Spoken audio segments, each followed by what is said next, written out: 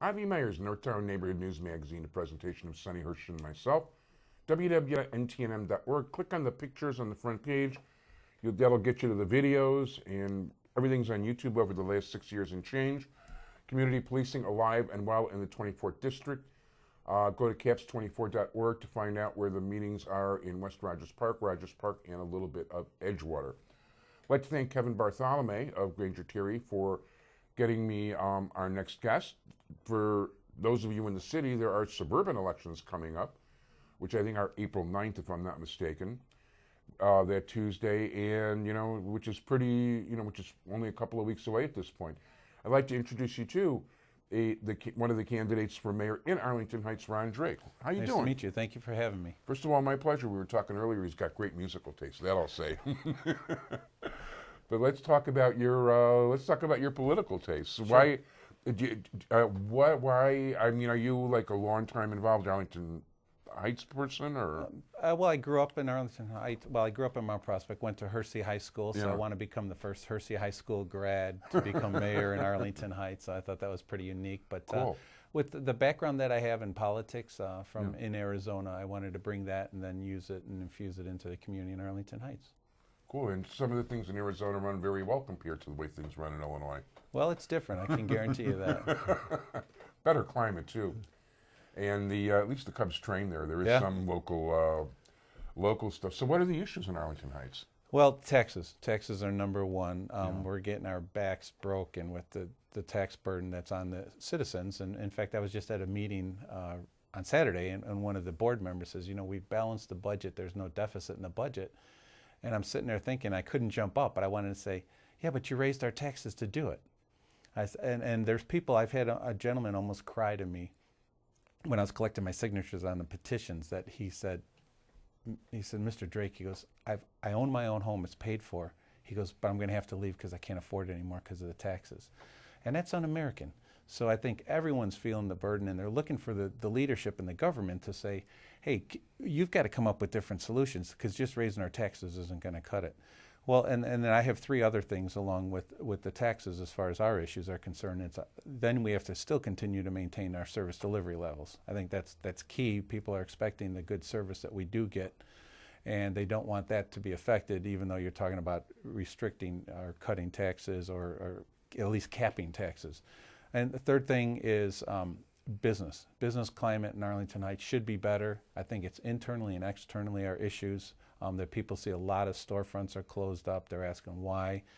I think I've got the solutions from what we did in the past. And then the fourth thing is I'm a big proponent of term limits. We had a gentleman who actually brought a petition around, had 2,700 signatures on it, more than enough. But then it was ironically judged by the mayor, who's been there 22 years, and my opponent, who's also been there 22 years on the board, and somehow it got tossed out. Oh. And the irony of this is that he actually he got the referendum signed by over 4,000 people, and then found he wrote it as non-binding, went back in June, got it signed by another 2,700 people. So he had over 7,000 people in Arlington Heights sign this petition for term limits, and the mayor and my opponent tossed it. Wow. So I think what's going to happen actually is when we get to the election and we get to the polls, maybe the mayor and then my opponent will hear the people then. That would be a good thing. That's pretty major. That's I mean, that's really Chicago level dirt all the way. Well, it happens. I mean, and I know in respect what they're saying is it was on a technicality and a legal thing, and it's like, well, if you're judging, you're supposed to judge intent, and the intent is term limits. So no one's buying it. Yeah, no, I can definitely understand that. So how do you proceed in campaign? The campaign's fine. I mean, we're recruiting people every day. Oh, I mean, yeah, go ahead. Tell us about the campaign, please. Oh, I'm sorry. Yeah, the campaign's going great. I mean, we're recruiting people every day. We're having a lot of meet and greets. So I'm going into people's homes, meeting with them. I was in a meeting just Monday night, and there's like 16 people there, and all of a sudden they're walking out with yard signs. Cool. So that's from people that have never met me, don't know me, and all of a sudden an hour and a half later, I'll take your yard sign and give me some more from my friends. Yeah, how big is Arlington Heights? I really 75,000 people. 75,000 people. I mean, I basically know it from the racetrack, which was Right. overpriced, and I didn't go last year. You know, the idea of spending 10, $11 to get in the place get to in. lose money doesn't really appeal to me. But it does to a lot of people. Yeah, no, I realize that, and hey, you know what? It doesn't even look like a racetrack crowd there. You go on a Sunday, it's like, you know, it's like families and children, and you know, like a younger, more affluent crowd. It's not Yeah. like going to Hawthorne, that's for sure. Yeah, that's a good thing. Yeah, jury duty I've been at over there, and Sure, Rolling Meadows. yeah, but other than that, I haven't had that much contact with it. So 75,000 people. Is it an upper class community, middle class community? Is it varied, or it's upper class, and that's one of the things about this campaign that I'm talking about with business development is really what's the vision for Arlington Heights? What do the people of Arlington Heights want to have their government represent them as? Yeah. Is it a hip town? Are we? Is it a healthy town? I mean, what is it as we're moving forward? They've made some changes in the downtown area with the high rises, like most people have along Northwest Highway. But now we're looking at, okay, so you built the buildings, but now there's a lot of storefronts that are empty.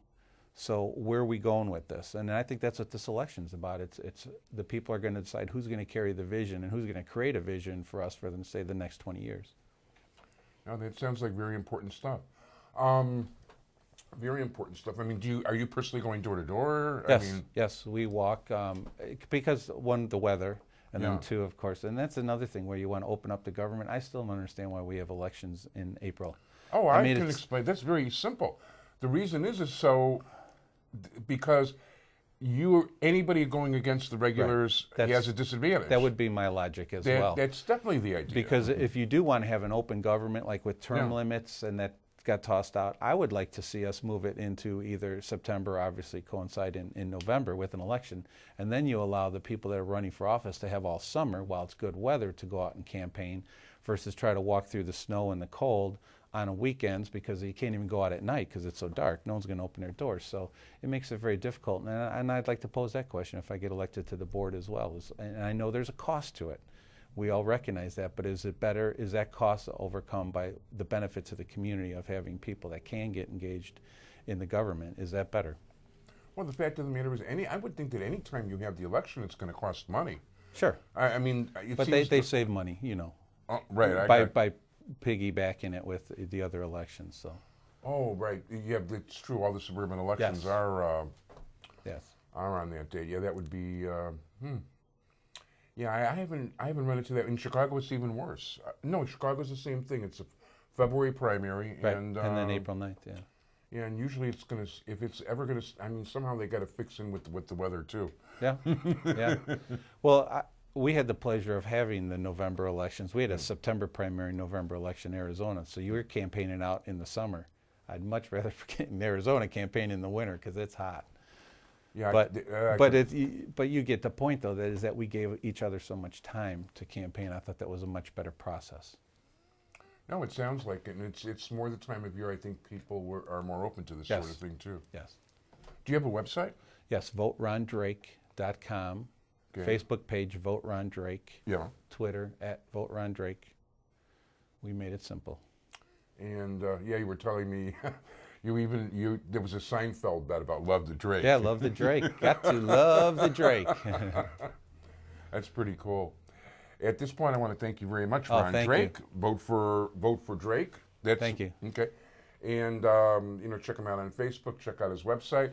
I want to thank Kevin Bartholomew for getting him for us, and want to wish you all the luck in the upcoming election. Thank you very much. Thank you.